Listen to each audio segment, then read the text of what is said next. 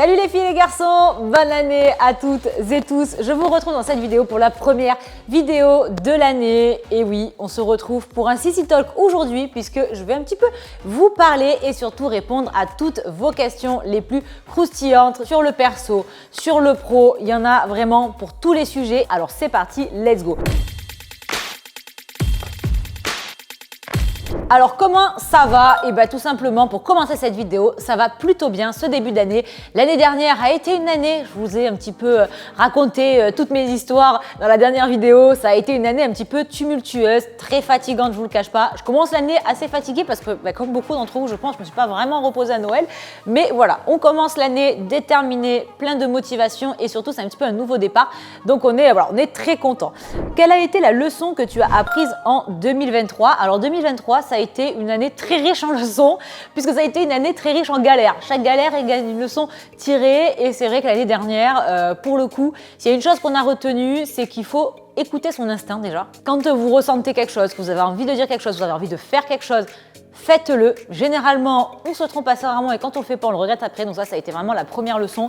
M'écouter et aussi prendre un petit peu plus de temps pour nous. On essaye de rythmer un petit peu mieux notre vie et ça a été des choses qu'on a, je pense, un petit peu plus réussi à faire l'année dernière. Je vous l'avais donné dans mes objectifs 2023. La vidéo a déjà un an.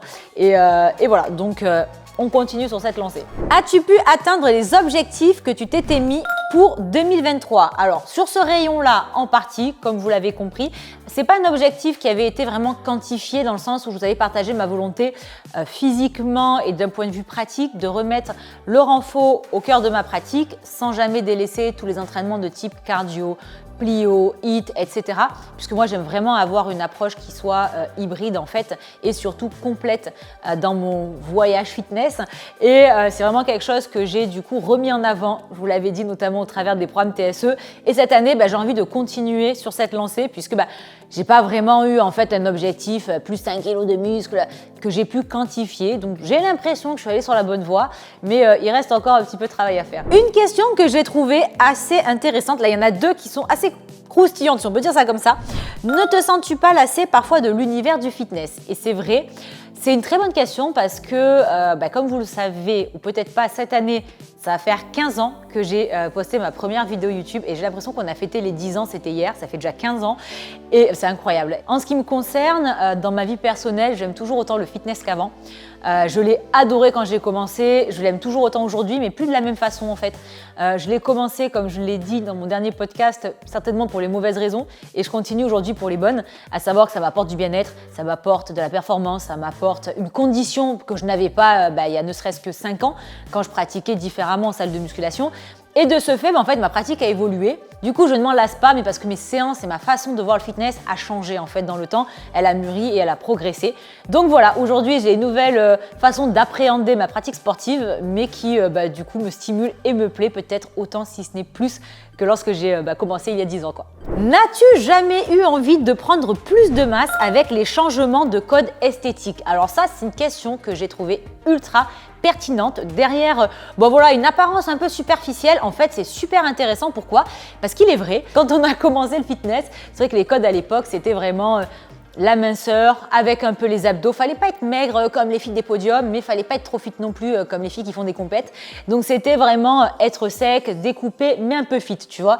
Aujourd'hui, on fait davantage l'apogée, on va dire, des corps qui sont beaucoup plus musclés, beaucoup plus en forme, en chair, avec un pourcentage de masse grasse qui est beaucoup plus élevé qu'il y a 10 ans. Et personnellement, moi, c'est pas mon physique, c'est pas à ça que je corresponds. Et en fait, je sais pas si c'est mieux ou pas, parce que d'un côté, tu te dis, finalement, c'est plus accessible aussi pour le plus grand nombre. Mais d'un autre, moi, j'ai quand même subi, entre guillemets, alors subi, le mot est un peu fort parce que moi, je le subis pas, mais quelque part, c'est un petit peu le cas. Ces dernières années, une sorte un peu de pareil, de mini-harcèlement sur les réseaux, en mode « Ah si, de toute façon, elle prend pas de muscle, elle est trop maigre, elle est trop ceci, elle est trop cela. » Et finalement, aujourd'hui, 10 ans après que j'ai commencé le fitness, mon corps, c'est le reflet de ma pratique. Je ne pratique pas pour avoir ce résultat-là, je pratique de cette façon-là parce que c'est cette façon qui me plaît et donc j'ai le corps forcément qui va en conséquence. Je fais beaucoup de séances qui sont très énergivores, etc. Et du coup, j'ai forcément un physique qui est plutôt sec, plutôt sculpté même si ce n'est plus dans les codes d'aujourd'hui. Donc est-ce que j'ai jamais eu envie de prendre plus de masse? On va quand même revenir à la question. Non, parce qu'aujourd'hui en fait je ne m'entraîne plus pour avoir un physique. En revanche, c'est vrai que des fois, quand tu es sur les réseaux et tu vois les nanas, elles sont tankées et tout, toi tu te dis ah ouais d'accord, on n'a pas du tout le même physique. En fait c'est normal, encore une fois, on n'a pas du tout la même pratique.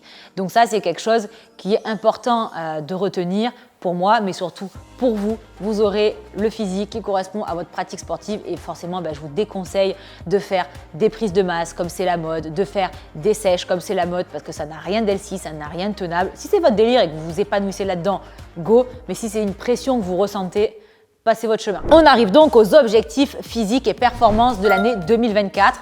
Donc déjà, je n'ai pas d'objectifs délirants. Je me mets pas des objectifs de dingo comme il y a certaines années on pouvait se mettre avec Tini, on était très axé musculation, etc. Aujourd'hui, je le fais plus. Pourquoi? Parce que je n'ai plus le mode de vie qui me permet de les atteindre. Et j'en suis consciente. Avec Tini, on doit être 10 heures par jour au bureau devant notre ordinateur, on a un chien, on essaye d'avoir un peu une vie personnelle quand même. Et finalement, se mettre des objectifs qui seraient atteignables difficilement, ça serait une trop grosse contrainte qu'on n'est pas prête finalement à s'imposer. Donc de ce fait, mes objectifs, c'est toujours de continuer le renfort à bloc, continuer à se développer musculairement, mais toujours en entretenant ma condition physique. Ça pour moi c'est primordial, c'est un truc que je ne veux pas perdre. Avec la programmation TSE 2024, vous inquiétez pas, on va pas régresser. Il y a des programmes vraiment cardio, renfo, il y a de tout, il y a des surprises, des nouveautés. Et voilà, je compte en fait progresser naturellement sans me mettre de pression. J'ai déjà suffisamment de pression ailleurs pour m'en rajouter avec le sport. Une très bonne question aussi, as-tu réalisé tous tes rêves? Alors pourquoi je l'ai choisi? Tout simplement parce que, alors ça fait très triste dit comme ça, mais j'ai jamais eu vraiment de rêve. En fait, je suis pas quelqu'un qui s'est dit un jour je veux faire le tour du monde. Je sais pas, je veux fonder une entreprise, encore moins, ou je sais pas, avoir une grande famille. En fait, je me suis toujours un petit peu laissée porter par la vie. J'ai saisi les opportunités comme elles se sont présentées. J'ai agi plutôt par envie et je me suis jamais mis comme ça un peu des life goals dans ma vie. Et aujourd'hui, est-ce que j'ai réalisé tous tes rêves? Non, parce que j'en avais pas forcément. J'ai la chance de pouvoir un petit peu voyager, etc. Et c'est des choses que je kiffe. Mais pour autant, ça n'a pas été un but dans ma vie, par exemple, de faire le tour du monde, de voyager partout, etc. Finalement, je suis très bien comme je suis, j'ai une vie dans laquelle je m'épanouis, j'ai la chance de vivre dans un joli environnement, d'avoir une jolie maison, d'être proche de ma famille, tout ça. Et pour moi, c'est ce qui me convient. Les choses arrivent si elles doivent arriver, si elles n'arrivent pas, au moins, il n'y a pas de déception. Voilà. Comment tu vas faire pour t'accorder plus de temps perso-famille? Alors, c'est une bonne question. On essaye, comme vous le savez, mais je pense qu'à un moment donné, en fait, il faut être aussi en phase avec soi-même. On a choisi un certain mode de vie par nos choix, comme le fait de créer une société, d'y être très investi, d'en faire une deuxième, une troisième. Donc c'est vrai qu'aujourd'hui, il faut aussi qu'on soit en phase avec le fait que s'investir professionnellement, c'est aussi au détriment un petit peu malheureusement de sa vie personnelle, mais ça peut être un épanouissement aussi. Moi, je vois des personnes sur les réseaux que j'aime bien suivre et qui ont fondé des super boîtes qui cartonnent. Est-ce qu'ils ont une super vie personnelle à être tous les après-midi, n'importe quoi, au shopping ou avec leur famille ou quoi? Non. Il y en a qui n'ont même pas d'enfants, qui n'ont pas de femmes, qui n'ont pas de mecs, mais c'est leur choix et c'est leur façon de s'épanouir.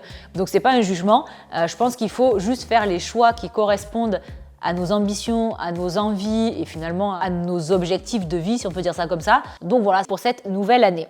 Comment êtes-vous arrivé à construire l'autodiscipline face au fitness, à se lever tôt le matin, même quand on n'a pas envie, et à définir des objectifs sportifs, professionnels et s'y tenir? Alors ça, c'est toujours pareil en fait. Il faut mesurer vos objectifs et quand je dis l'énergie, c'est au sens large que vous êtes prêt à y consacrer. Et à un moment donné, si votre objectif, c'est de vous entraîner tous les jours parce que vous avez envie d'avoir une super condition, d'avoir une super shape, je ne sais quoi, très bien, il va falloir être prêt en fait à mettre le temps, l'énergie et y faire les sacrifices en conséquence. C'est des habitudes aussi qui se prennent avec le temps. Pourquoi? Parce que j'étais prête à dépenser ce temps-là pour m'entraîner. Donc c'est aussi à vous de peser, est-ce que vous avez envie de mettre ce temps-là, cette énergie dans votre objectif, qu'il soit personnel, qu'il soit professionnel ou qu'il soit sportif. Mais soyez juste en phase avec vous-même. Aimerais-tu t'essayer à la compétition sportive comme certains de la team l'ont fait?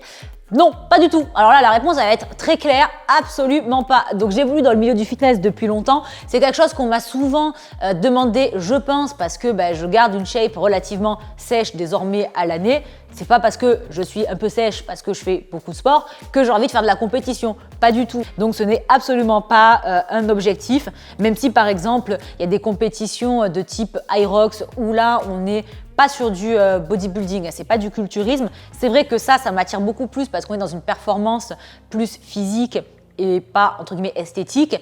Néanmoins, non, parce qu'en fait, j'ai pas envie de me mettre la pression des entraînements. Si un jour je dois sauter un entraînement, de me dire oh là là, ça fout en l'air ma préparation, pas du tout. Même si je trouve ça très stimulant, je le laisse à ceux qui ont justement de l'énergie à dépenser là-dedans. Comment fais-tu pour être toujours aussi positive malgré les journées folles? Alors moi, je suis un peu, comment dire, au quotidien, je pense que je suis l'exemple de la vieille meuf aigrie. Vous demanderez aux gens qui travaillent dans notre bureau, je pense qu'ils vous diront tout ça. Je suis quelqu'un qui rouspète. Alors dans la vie personnelle, c'est encore pire. Tout le temps, je rouspète, mais après, je pense qu'en réalité, c'est plus finalement une façade. J'aime quand même voir les choses de manière positive. Comme je dis toujours, le verre à moitié plein ou vide, finalement, c'est nous-mêmes qui décidons de le voir d'une façon ou d'une autre. Et personnellement, même quand il y a des difficultés, je préfère les voir de manière positive, essayer d'y trouver une solution et avancer que de m'apitoyer sur mon sort et de déprimer, etc. D'ailleurs, je n'aime pas spécialement les gens qui s'apitoient sur leur sort, qui se plaignent de tout, qui sont jamais contents, qui se laissent envahir par tout ça. Essayez de transmettre du positif aux gens qui vous entourent. Est-ce qu'il y a une chose que tu as commencé en 2023 et que tu aimerais continuer en 2024? Donc oui, là pour le coup, c'est plus professionnel. Ce sont les voyages pro que l'on a fait en fin d'année. Enfin, je dis les voyages, il n'y en a eu qu'un. C'est quand on est parti à Los Angeles où on a pris le temps finalement de déconnecter de l'opérationnel et de partir dans un environnement où on avait des choses à découvrir, des choses stimulantes pour nos objectifs pro-personnels. Et là, ça a été ultra enrichissant et j'ai adoré. Et ça, j'aimerais bien qu'on continue en 2024. Est-ce qu'avoir des enfants fait partie de vos projets futurs? À ce jour, ce n'est pas dans nos, on va dire, projets court terme. Je ne me vois pas seule sans famille. Pourquoi? Parce que j'ai une relation très proche avec ma propre famille, ma maman, mon papa, mes grands-parents, etc. Et c'est quelque chose que j'ai envie de continuer à vivre plus tard. Mais il est vrai, pour être totalement transparente, qu'en ce moment, avec le mode de vie qu'on a et qui plus est depuis qu'il y a Ulki à la maison, parce qu'il nous rajoute du boulot celui-là, je me dis, mon Dieu, mais s'il y en a un gamin, comment on va faire? Parce que maintenant qu'il y a Ulki, j'ai déjà l'impression d'en avoir un. Et là, un deuxième, je me dis, c'est pas possible en fait. Et sachant que tu sais que c'est encore pire que le premier du coup. Mine de rien, le temps passe quand même. C'est une bonne question qu'on se pose un petit peu et sincèrement à laquelle aujourd'hui, j'ai pas de réponse à vous apporter parce que j'ai pas de réponse pour moi-même. Donc peut-être l'année prochaine, dans la FAQ 2025, je vous annoncerai une super nouvelle, mais pas pour l'instant. Est-ce qu'un jour, ton but serait d'ouvrir une boutique où tu vends tes vêtements de sport? Sincèrement, on aimerait bien. C'est pas dans les projets aujourd'hui parce que tout simplement, on a beaucoup de travail, il y a encore beaucoup de choses à faire. La marque TSE Athletics a vu le jour il y a un an et quelques, donc c'est vrai qu'on se laisse encore le temps de mûrir la marque, de la faire progresser nous-mêmes en interne, de mûrir l'équipe, etc. Et là, aujourd'hui, je pense que ça serait vraiment prématuré de se lancer là-dedans. Mais dans quelques années, si en tout cas ça nous le permet, avec grand plaisir, j'aimerais beaucoup. Pour l'équipe TSE, est-ce que vous envisagez d'agrandir l'équipe ou vous souhaitez rester en petit comité? Alors, le petit comité, il est presque de 30 quand même, déjà. Donc, c'est plus un petit comité et je parle en interne. On a à peu près une dizaine de prestataires externes et autant de coachs. Donc, vous voyez, finalement, quand on prend les gens qui touchent de près ou de loin à TSE, il y en a une cinquantaine. Donc c'est quand même beaucoup. Notre volonté, c'est pas de grossir pour grossir. C'est aussi quelque chose qu'on a appris l'année dernière. On a dû beaucoup recruter parce que depuis 2 ans, on a vraiment la marque qui a explosé et des besoins de ressources en interne qui ont évidemment grossi proportionnellement. Donc on a dû pas mal recruter et c'est vrai qu'avec le recul, il ne faut pas recruter pour recruter. Il faut recruter les bonnes personnes et on a aussi appris qu'une bonne personne, en tout cas la personne qui fit pour votre entreprise et ce que vous attendez d'elle, vaut mieux que des fois 2 personnes qui ne fit pas. Et ça, c'est quelque chose qu'on a vraiment expérimenté avec le temps. Et aujourd'hui, je ne vais pas répondre oui, on veut grossir l'entreprise. Non, mais on va recruter en revanche les postes qui aujourd'hui sont manquants. Donc on va étoffer l'équipe, mais pas n'importe comment. L'avenir de TSE au long terme, tu te vois rester actif dans les programmes ou plus délégué?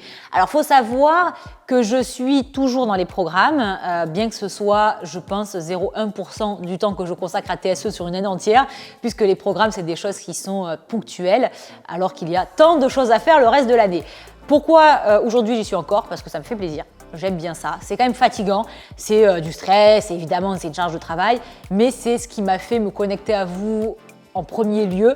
J'ai commencé par ça il y a 10 ans notamment et aujourd'hui c'est encore quelque chose qui me plaît. J'aime être dans les programmes, j'aime participer. Je dis pas que je vais le faire jusqu'à 80 ans, hein. C'est pas ce que je dis, mais à ce jour, j'aime bien toujours prendre part, en tout cas, à la plupart des programmes. Et je suis très heureuse de voir les coachs s'épanouir chez TSE et de pouvoir même déléguer des programmes des fois où je ne suis pas dedans, simplement parce que j'ai pas de valeur ajoutée. Je vais pas me coller dedans pour me coller dedans. Il faut que j'apporte quelque chose.